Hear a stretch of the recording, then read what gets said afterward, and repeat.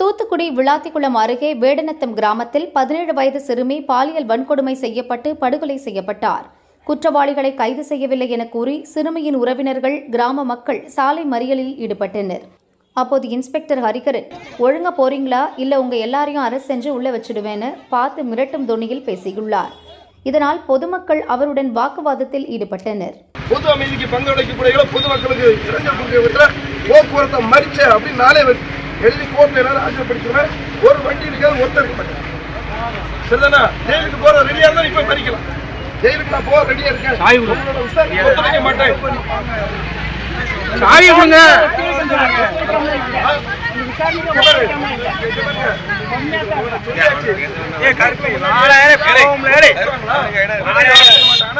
உங்களை கூட ஏவி விட்டா உங்க எல்லாரும் தேவையில்லாத போலீஸ் நடவடிக்கை எடுத்துட்டு இருக்கு. ஒரு விஷயம், அந்த உள்ளூர் பொண்ணு இறந்து பிறந்த இடம் உள்ளூருக்குள்ள. இங்க விசாரணைக்கு நீங்க ஒத்துழைப்பு கொடுக்குது, நீங்க கொடுக்கலாம், இல்லைன்னா நீங்க கம்முன்னு இருங்க. அதை விட்டு போட்டு நீங்க விசாரணையை போக்க மாத்துறதுக்காக தான் நீங்க எப்படி